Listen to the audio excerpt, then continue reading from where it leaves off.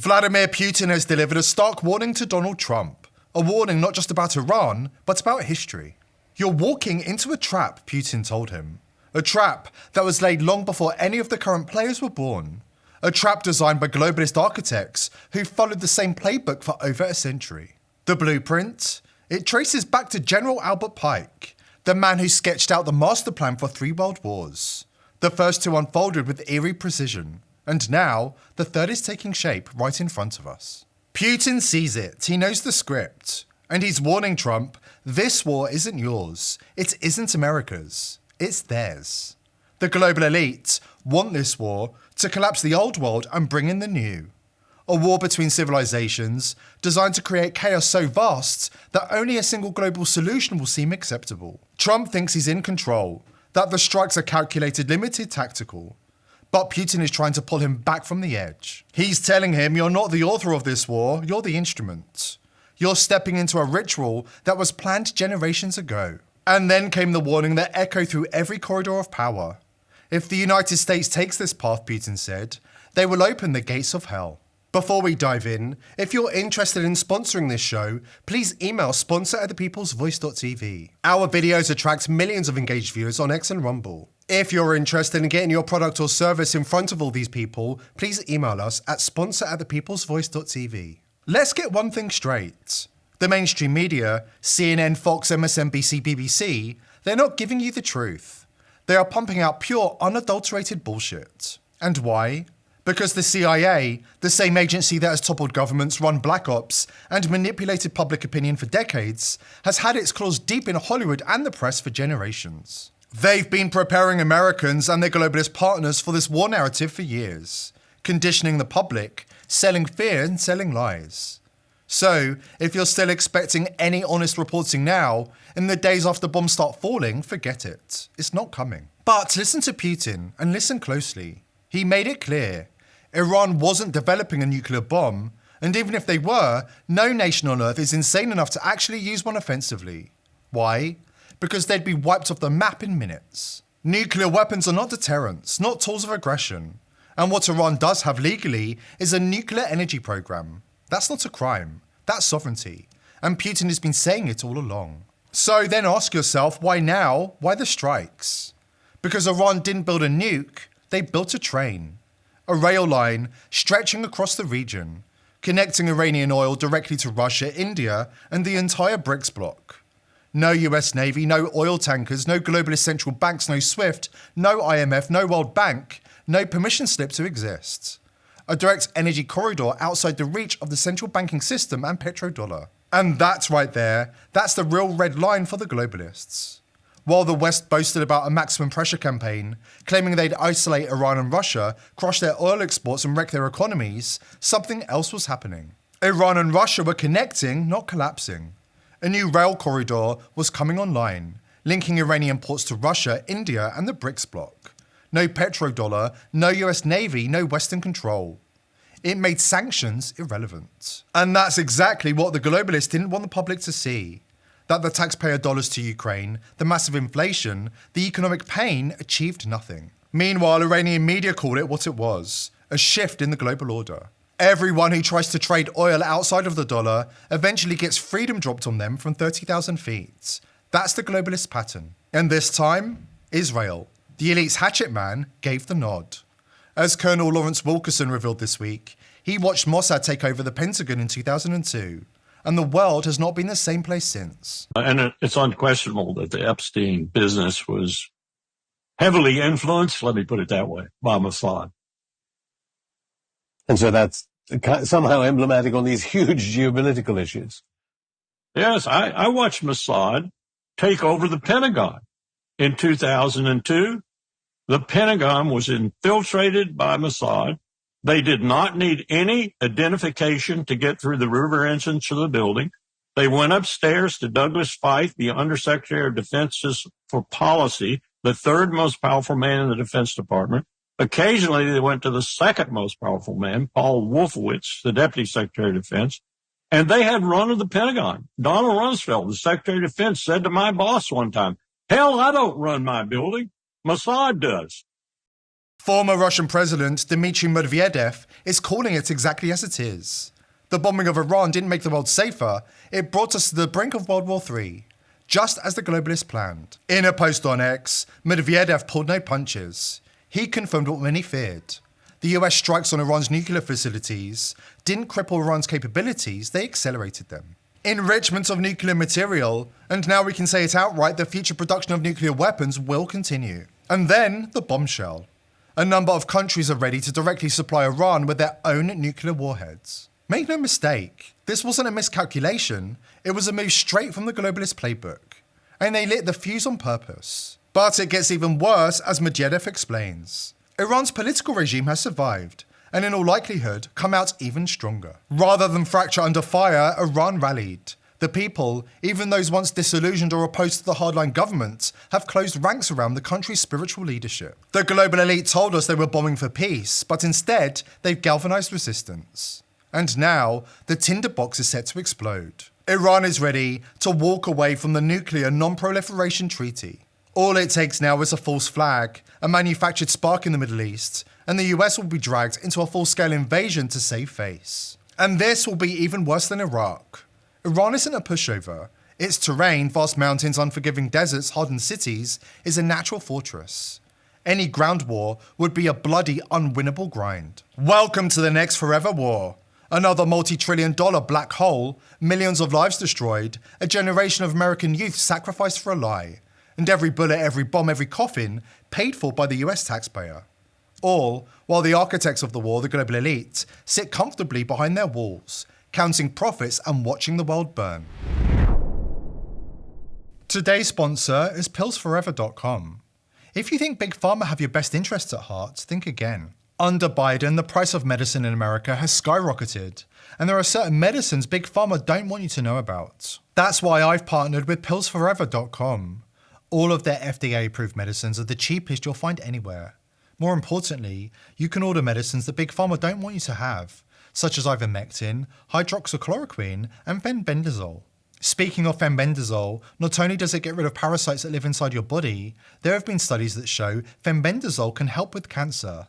Listen to this testimony of Joe Tippins, a cancer survivor, thanks to fenbendazole. 2 years ago, Joe Tippins says he was told to go home, call hospice, and say his goodbyes. The doctors were unanimous. He was going to die of small cell lung cancer. Once that kind of cancer goes that far afield, the odds of survival are less than 1%, and the median life expectancy is 3 months. Tippins says he got a tip, not from a pharmacist, but a veterinarian. And in his desperation, he turned from people medicine to dog medicine. Specifically, fenbendazole. My insurance company spent $1.2 million on me with traditional means before I switched to a $5 a week medicine that actually saved me. Get 15% off using coupon code People's Voice at the checkout. Please click the link below this video to take advantage of this fantastic offer. Here's a fact that might surprise you. The CIA has a dedicated department for Hollywood. That's right.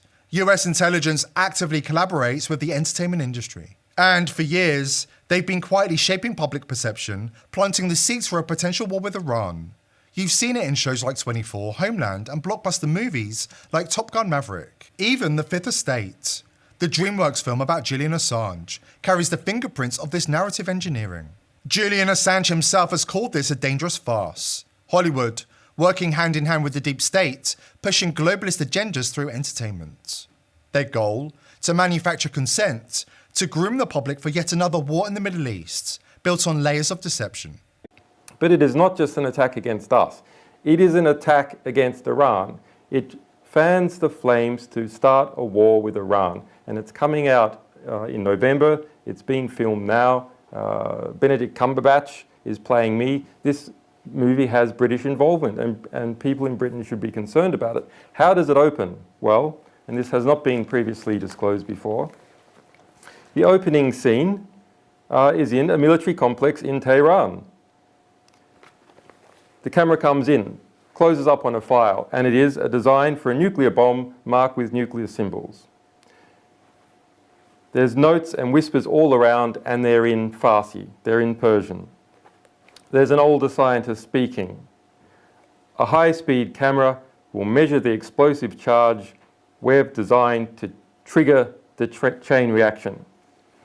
It is then revealed by the camera 4 scientists in white coats walking in a windowless corridor. The youngest, Simsana, remember that name, Simsana, writes on the file, "The dimensions of the payload are consistent with a Shabab missile." Okay, that's the opening scene. Iran is working on an atomic weapon. The opening scene of a film about WikiLeaks.